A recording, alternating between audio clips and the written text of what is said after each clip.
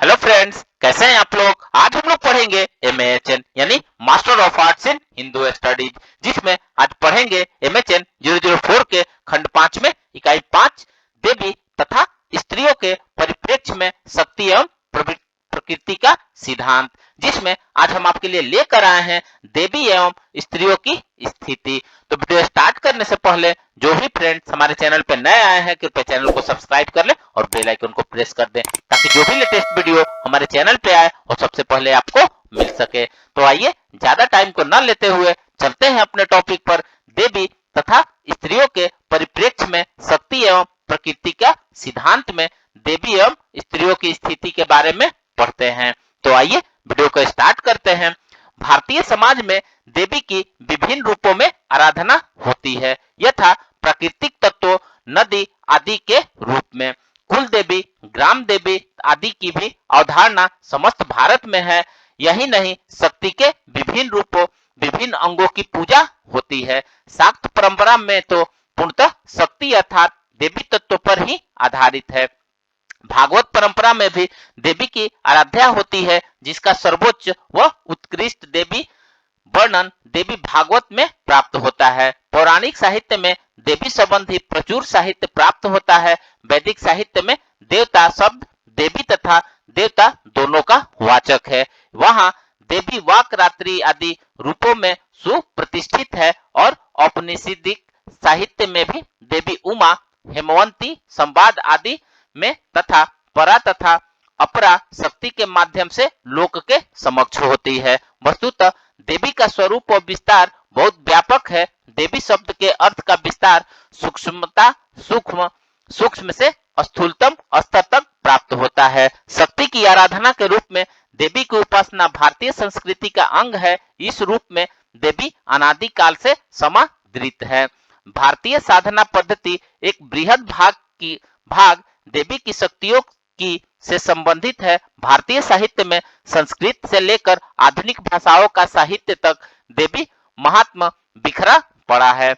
रामायण में श्री राम देवी की आराधना करते हैं और उसी को हिंदी के छायावाद के प्रसिद्ध कवि राम की शक्ति पूजा के रूप में एक नई वाणी देते हैं। यदि प्रत्यक्ष लोक की बात करें तो शारदीय नवरात्र व चैत नवरात्र पूर्णतः आदि शक्ति जगत जननी देवी को समर्पित है, जिसके प्रत्येक दिवस देवी के विभिन्न रूपों की उपासना होती है तथा दुर्गा सप्तशती प्रोक्त श्री महाकाली, महालक्ष्मी, महासरस्वती देवता का चरित्र का पारायण होता है। लोक में देवी शीतला माता, समय माता, चट देवी आदि के रूप में विद्यमान है। देवी का स्वरूप और उनकी आराधना काल के समस्त रूपों नृत्य, गान, वाद, अभिनय, चित्रकला तथा मूर्तिकला आदि में व्याप्त है।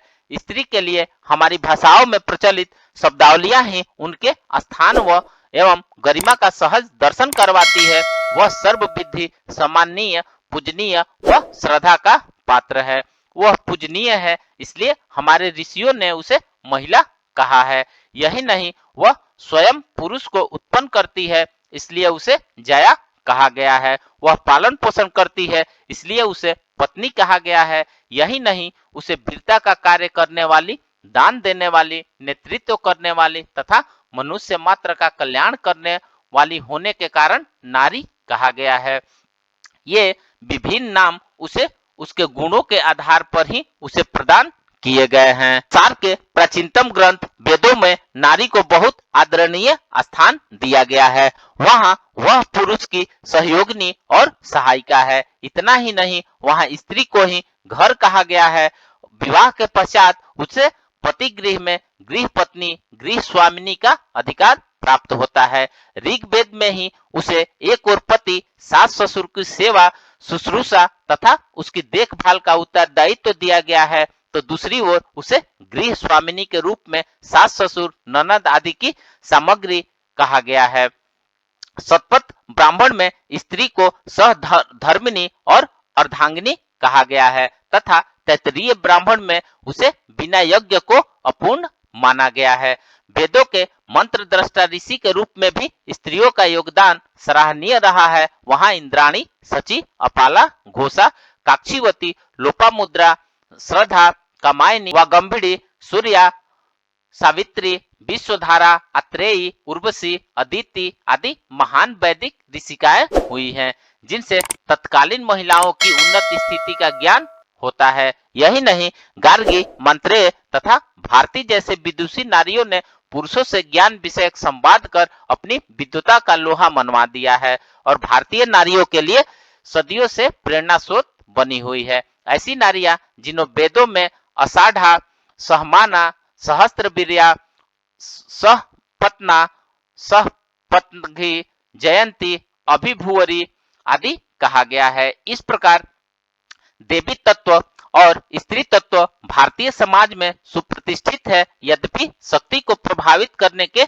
अनेक षड्यंत्र विभिन्न कालों में रचे गए, परंतु भारतीय शक्ति साधना एवं स्त्री मात्र में शक्ति का दर्शन करने के स्वभाव के कारण कोई कुप्रयास पूर्णतः अस्थायी भाव नहीं ले सका और वर्तमान में भारतीय समाज आज पुनः अपनी परंपरागत प्रवृत्तियों, निधियों व शक्तियों पर चर्चा में विभिन्न माध्यम से प्रवृत्त हैं। आइए अब नेक्स्ट पढ़ते हैं, देवी एवं स्त्रियों के प्रति समाज की दृष्टि। भारतीय समाज की दृष्टि देवियों तथा स्त्रियों के संदर्भ में सदैव श्रद्धा व विश्वास के भाव से उत्फुल्लित रही है।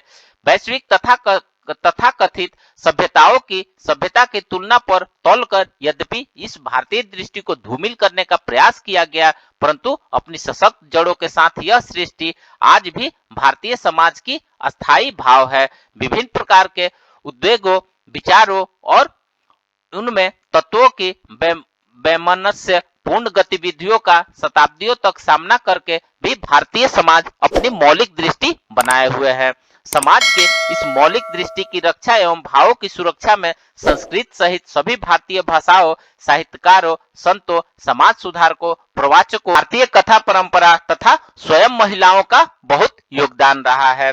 घर की ध्योदी के बाहर जो तत्व व साधनाएं सुरक्षित न रह सकी, उनको महिलाओं ने अपने नवीन उद्भावनाओं एक आवश्यकता अनुसार परिवर्तन करके अपने जीवन का अंग बनाए रखा और यह भी आज भी व्रत, सावित्री, सोमवती अमावस्या, चतुर्दशी, षष्ठी, सप्तमी, अष्टमी अनेक व्रतों, उपवासों व उनके विधि विधानों के माध्यम से सुरक्षित रखा।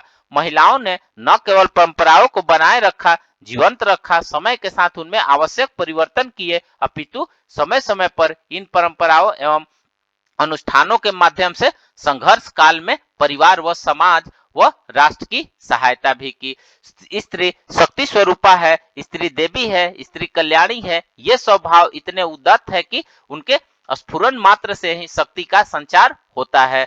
भारतीय समाज में स्त्रियों के प्रति तथा देवियों के प्रति यह पारस्परिक भाव अभी भी बनाए हुए हैं। इस भाव को बनाए रखने में आश्रम व्यवस्था, षोडश संस्कार एवं पंच महायज्ञों की बहुत भूमिका है, जो समय समय पर समाज को स्त्रियों के महत्व का स्मरण करवाता है। यह बात बताता है कि स्त्रियां शक्ति है, शक्ति स्वरूपा है, परिवार, समाज व सृष्टि का आधार है। तो फ्रेंड्स, इस प्रकार से आज हमने देवी तथा स्त्रियों के परिप्रेक्ष्य में शक्ति एवं प्रकृति का सिद्धांत में देवी एवं स्त्रियों की स्थिति के बारे में पढ़ा। तो मिलते हैं एक नए वीडियो के साथ में, तब तक हमारे चैनल पर बने रहिए। धन्यवाद।